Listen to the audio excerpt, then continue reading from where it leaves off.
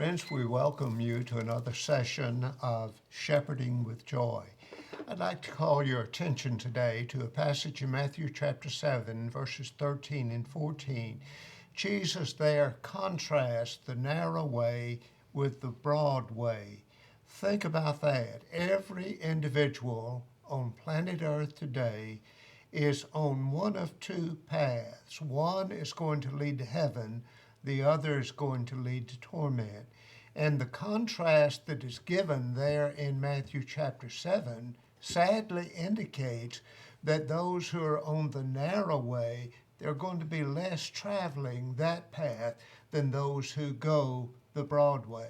I think one of the things that we need to be aware of from that passage is it may very well be the most dangerous position to be going along with the majority. We need to look at ourselves and examine our position and what we're doing in our time here on earth. Are we with the majority and just simply doing what everybody else is doing?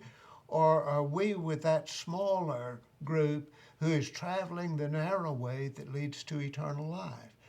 Would like to ask these brethren to share some thoughts about what it is to be traveling on the broad path. You know, sometimes, brethren, you hear the idea, travel the path of least resistance. And in spiritual matters, you know, we think on that, and maybe someone is trying to live the Christian life. There is resistance, for sure, along the way, even in our times, through the ages, just in my lifetime.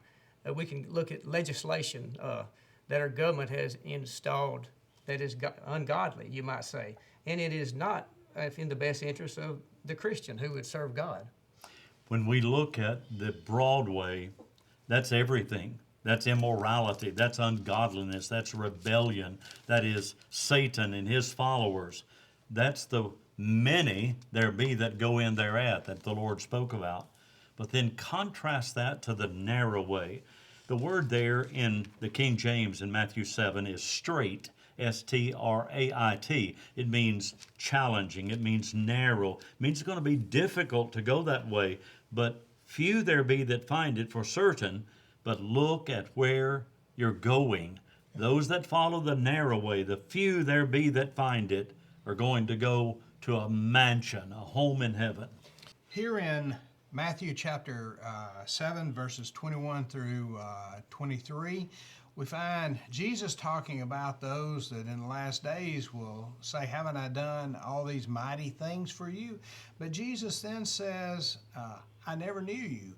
You know, we were talking about the broad way. There are a lot of our friends and dear friends that are very religious that are doing a lot of good, benevolent type work here in this world. But are they truly doing it with Jesus in mind? Or have they obeyed the gospel, the commands that every Christian should do?